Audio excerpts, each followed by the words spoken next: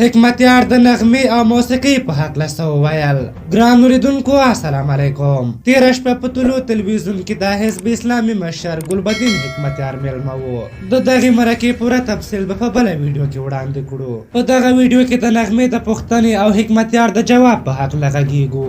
له حکمتیار نه تاک پوښتي چې آیا نغمه پیژنې؟ حکمتیار په جواب کې وایي نغمه بلا څوک نه پیژني. خبریال ورته وایي سندرې مو ورته اورېدلې؟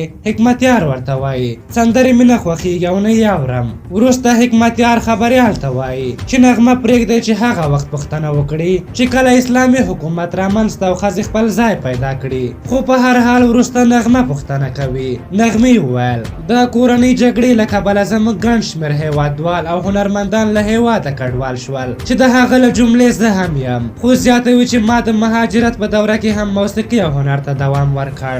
زیاته یې کړه چې اوس وینو په افغانستان کې موسیقي د پام وړ وده کړې. نو زه غواړم چې ستاسې لیدلوری د موسیقي او سندرغاړو په اړه څه دی؟ که چېرته تاسې د افغانستان راتلونکی رئیس جمهور شئ آیا موږ کولی شو غازي سټیډیوم کې کنسرت ترسره کړو؟ تاسو خو به ممانعت نه کوئ. حکمتیار وایي چې اجازه راکړي اول اسلامي ټولنه جوړه شي، میرمنې خپل ښایسته مقام ترلاسه کړي او هر یوه خپل لوی او ستر مسؤلیت ته متوجه شي. کله چې دغسې فضا جوړه شوه او ښځو خپل مسیر درک کړ نو تاسې به ونه غواړئ چې په سټیډیوم کې خپل کنسرت ډک کړئ او تاسې به دا ووایئ چې زه داسې کوم تاریخي کار وکړم چې زما د قوم او کورنۍ سر ورسره لوړ شي.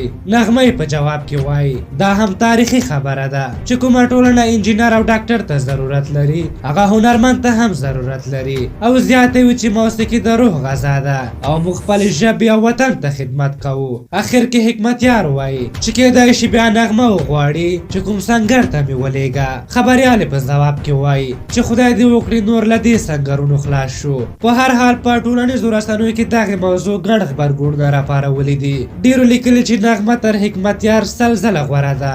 لږ تر لږه خو یې کابل نه دی ړنګ کړی او زرګونه انسانان یې نه دي وژلي. او ځینې نور بیا زیاتوي چې دا حکمتیار موقف د سندرو موسیقۍ په هکله بیخي سم دی. په هر حال تاسو د حکمتیار او د نغمې په هکله څه نظر لرئ؟ خپل نظرونه مو راته په کومنټ کې ولیکئ. که زموږ ویډیو مو خوښه شوې وي ضروري لایک کړئ. تر بلې ویډیو مو په لوی او بخښونکي خدای سپارم. د الله په امان.